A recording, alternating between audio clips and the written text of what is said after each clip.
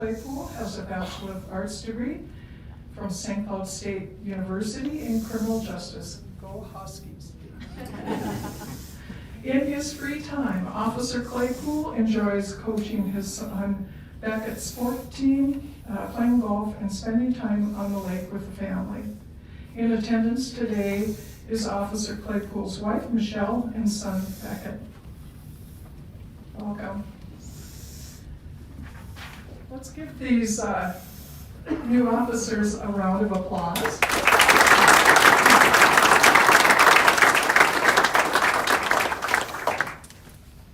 And I'm going to read the oath of office. There's 2 points at which you'll be asked to acknowledge and say, I do. It'll be obvious. Do you solemnly swear that you will support the Constitution of the United States, the laws of the state of Minnesota, and the ordinances of the Metropolitan Airports Commission? Do you further affirm that you will faithfully, justly, and impartially discharge your duties as a law enforcement officer in providing assistance and service to all that look to you for help to the best of your ability, so help you God? Congratulations.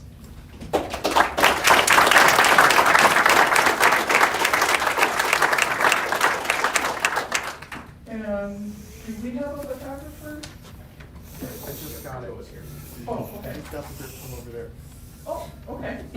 And if we want to do more, I can do more. Would you like a group? Sure. Kind of. Yeah. Or are you good? I can do. Let's do it. Get the group with the chair. Get the group with the chair. Where do you want? In the center.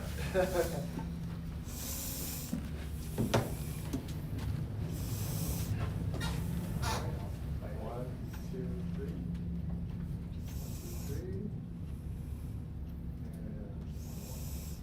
3. Excellent. Thank you. Thank you.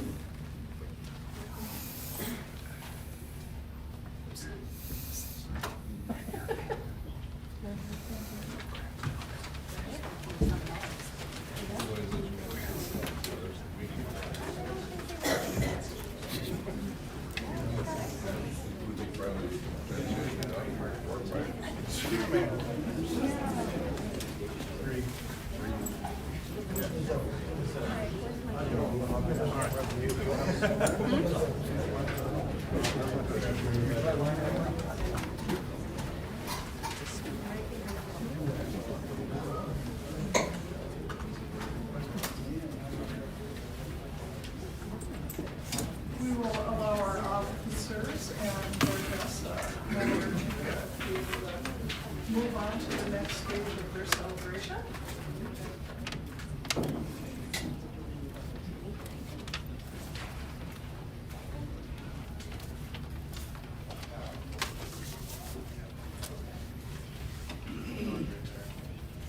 Very good. We'll now move to the public forum, where we will accept comment from the audience. Our process for open forum, you do need to register, complete a speaker card that's available at the back of the room. We allow you up to 3 minutes to offer your comment, and it's an opportunity for us to hear from the community and our constituents on matters of interest, mutual interest. We listen, but we generally take just a listening position on that, and appreciate your cooperation with our process. With that, I will start with Samantha Diaz-Powell. I invite you to come to the podium. Please state your name and who you're representing, if anyone. Thank you, Chair Garland. My name is Samantha Diaz-Powell. I am the Deputy Chief of Staff at SEIU Local 26. We represent airport workers, and we are the home of the organizing committee for thousands of rideshare drivers. These workers power MSP every single day. So first, I do want to acknowledge your continued engagement at the MEC with workers or with rideshare drivers, and for moving to secure temporary bathroom facilities. Rideshare drivers in particular have expressed real appreciation for this, and we understand it took a lot of conversations to get there, and so that effort is certainly recognized. But at the same time, we need to speak honestly about the gravity of the moment that we are in. MSP does not feel like the same airport it did even a few weeks ago. Workers are showing up to their jobs carrying fear that they should never have to carry at work. That fear is widespread and it's growing. Our members have watched colleagues and people they know fail to return to work here at MSP. That has been deeply destabilizing, traumatic, and frightening for the workers here at this airport. It is important to remember that workers at MSP go through an exhaustive vetting process to be authorized to work here at this airport. They are screened, they are badged, and monitored precisely because this is a secure airport environment. Given that reality and given that exhaustive process that each worker has to endure, it is deeply troubling and quite frankly unclear why ICE agents and CBP in plain clothes have been detaining and effectively abducting workers here on airport property. We have heard directly from members who were detained also and placed on flights from right here at MSP. The workers we are speaking about had authorization to be in this country. This is not abstract. These are human beings who serve our food, move our luggage, and keep this airport operating safely every day. No Minnesotan, no human being deserves this targeting. No worker, no human being should have to go to work wondering if they will be detained or swept up without due process, which is exactly what is happening. We need MAC to recognize that public safety includes the workers' safety, dignity, and the right to work when they're here without fear. Our ask is one that is moral and simple. Help ensure that MSP is a safe workplace for everyone, regardless of their immigration status, language, or background. Thank you. Thank you, Ms.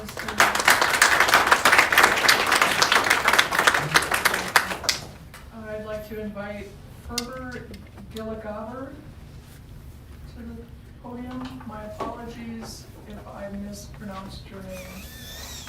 Thank you. And thank you, Samantha. She was just talking about me and my coworker. I'm here, I'm a citizen, and I'm very scared to be here. It's been so difficult for us to get up in the morning and to come to work. This is a place that I worked for 20 years. I always look forward to come to work, but now it's becoming very, very difficult. It's even very emotional for me to be standing right here. I'm here on behalf of my coworker who are staying home, hiding right now, and also who are abducted by ICE. I'm gonna say their name. Salamawit, Johnny, Lawik, Tahina, Berta, Josan, Lazik, Tiha, Victor, Natalie, Ibrahim, and Jorge. Those are few names that I'm calling today. Salamawi and Johnny were released after 4 and 5 days. Because they have documentation, they're here legally. Salamawi is a mother of 3 children. When she was taken away, her son, who is 9-year-old, was crying, and they didn't even ask for her documentation, and she was taken away. And they left a phone number to call. When I called that phone number, And I told them that she's legally here and she has 3 children. And I was told, we don't care. If she have a family, call her family to come and pick up her children. If not, the government will take care of them. And she was released after 5 days, and they took everything, all her documents. The only thing she has with her is a phone. Now what? She have no documentation, she have no paperwork. She can't come to work. She can't go anywhere. This is becoming very, very difficult. When I'm at work, I'm continuously looking over my shoulder. Are they going to come to take me or to take one of my coworkers? And we know those coworkers of mine, all of us, most of us, work 2 jobs in the airport. Now, most of them are at home, fathers, husbands, wives, with no income. Thank you.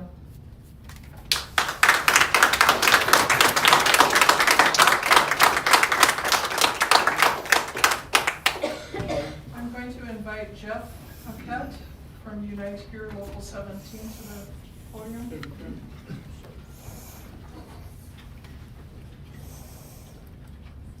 My name is Jeff Paquette. I'm the Internal Organizing Director of Unite Here Local 17.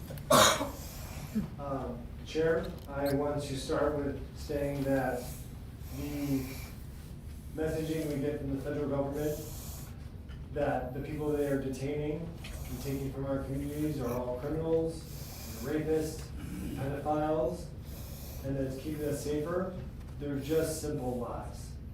The people that Fabian just read off, they were workers in this airport.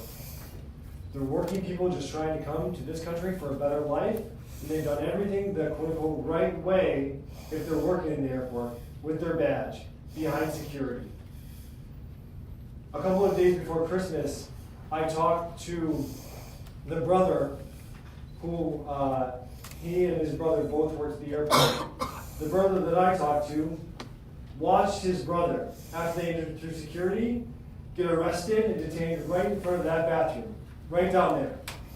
He stood there powerless, scared, and then as I talked to him on the phone, he screamed out for his brother. Why did they take him? What is happening? We didn't do anything wrong. That's happening in this airport. We'll remember the violence and the cruelty and the murder and the occupation that ICE is committing. We'll all remember that. We'll also remember the inaction of those that have a voice to do something about it. We'll remember Target as they let ICE stage on their parking lot, march Brovino like a goon through the store, arrest 2 citizen employees at Target and say nothing.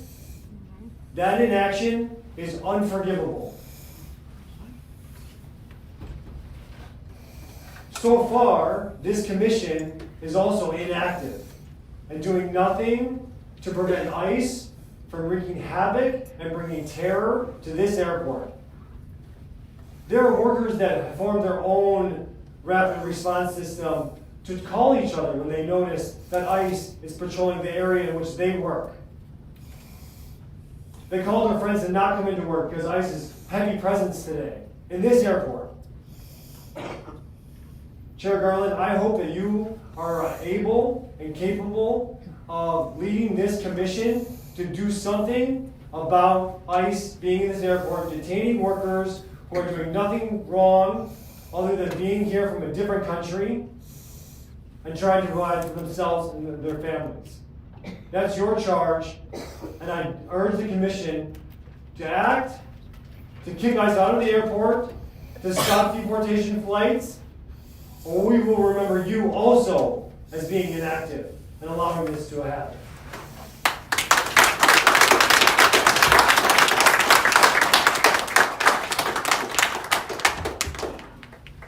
Nick Benson from Minnesota 5050, or 5501, excuse me. Minnesota 5051, it's a tricky name to read off. For people who are sitting in the back of the room here, you may be able to look out at signature and see the deportation flight that just arrived a couple of minutes ago. It's the white airplane over there parked in front of Target's hangar. If anyone would like to come up on the parking ramp and observe our shackled neighbors boarding that plane in a few minutes, you can follow me up there, as I seem to be one of the only people who's been having a commitment to document when that's been happening here. As you're keenly aware, ICE deportation flights continue to operate here out of MSP. So far this month, this January, we had Minnesota 5051 have counted 29 flights, including the one that just landed a few minutes ago, and estimate that they've been loaded with 1,863 shackled people right here, right out the window at Signature Aviation. And that's just this month. We've also been hearing about workers who've been taken by ICE right here from the airport. These people are not the worst of the worst. They are not illegal. In fact, they represent our very best. They are people who are working very hard, legally, doing things the right way to serve us, the traveling public. We brought these ICE flights to your attention in November, and despite getting a few words of concern from the commission, the official stance of the airport ever since has been to stick its head in the sand.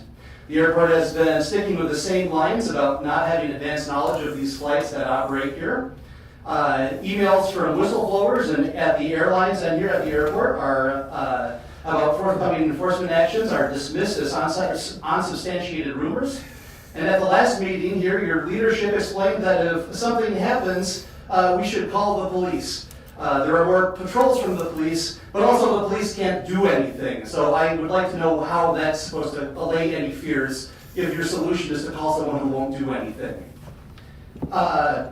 I don't understand the strategy of that. I think it's past time that the airport acknowledge the plain and clear reality that as it exists now. Not only that you've had workers here getting taken from the airport, but that it was wrong because these qualified people here are here following the rules. Keeping your mouth shut is a disservice to the public, your workforce, and you cannot keep punting your obligation to comment on these activities away to other parties that won't tell the truth. Furthermore, for something you can do, I would strongly encourage the commission, as we did last month, to follow the example of Seattle Boeing King County Field and get a web camera established so we can monitor the flights as they're getting loaded there. And also to offer a monthly report with statistics on where these flights were and how many people were on them. Seattle was able to figure it out. I'm sure you can too. I've seen firsthand the work that the Noise Oversight Committee can accomplish here. They've got dozens of calibrated microphones all over the community, as you know. Asking for the simple infrastructure of a camera and some staff time to do that should not be too big of an ask and not too much of a lift, so we can get some transparency as to what's going on here at the airport. So to reiterate, I would like clarity with the voice that the airport has to express how this is plainly and simply wrong, that they are taking your employees from the airport here when they're doing things the right way. And we would like you to help us provide transparency on the flights that are operating here, since more than 1,800 of our neighbors, shackled, have flown out of Minneapolis just this month. Thank you.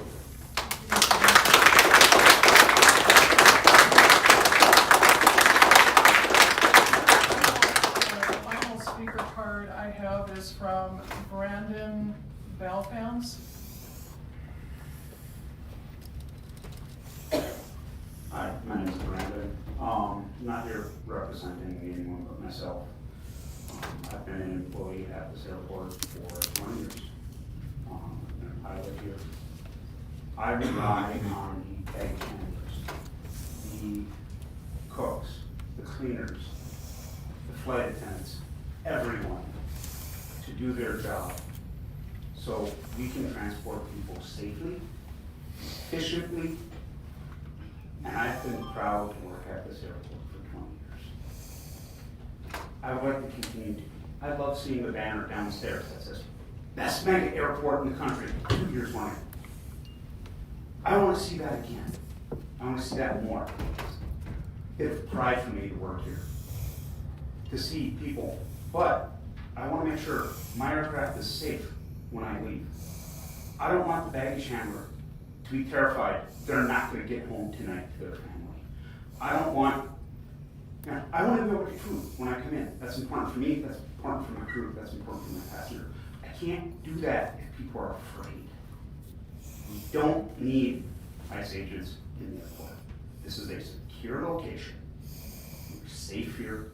Never had an issue up until now, worried that my baggage handlers aren't gonna be here tomorrow, that my flight attendant's gonna be worried, that anyone I'm working in is terrified to be at work. This affects the job, this affects safety. And I want to have pride in my home airport. Thank you.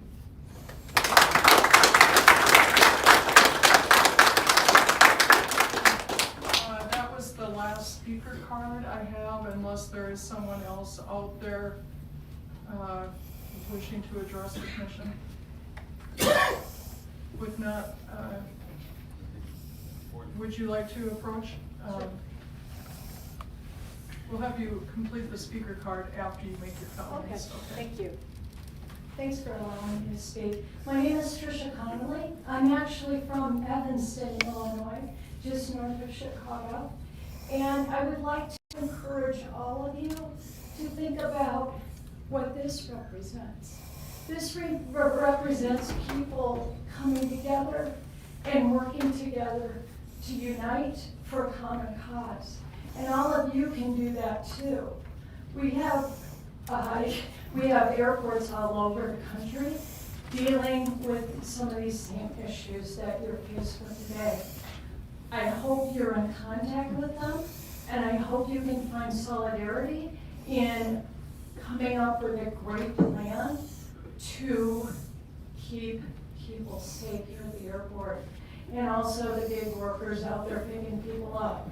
Because in Chicago, we had some real devastating things that happened right on airport property with our gig workers who were transporting people.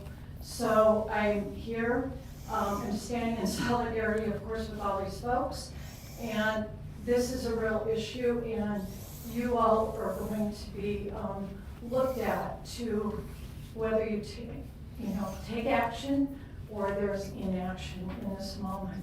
So please go forward, come up with some plans that you can, keep safety here at the airport and just outside of the airport. Thank you. With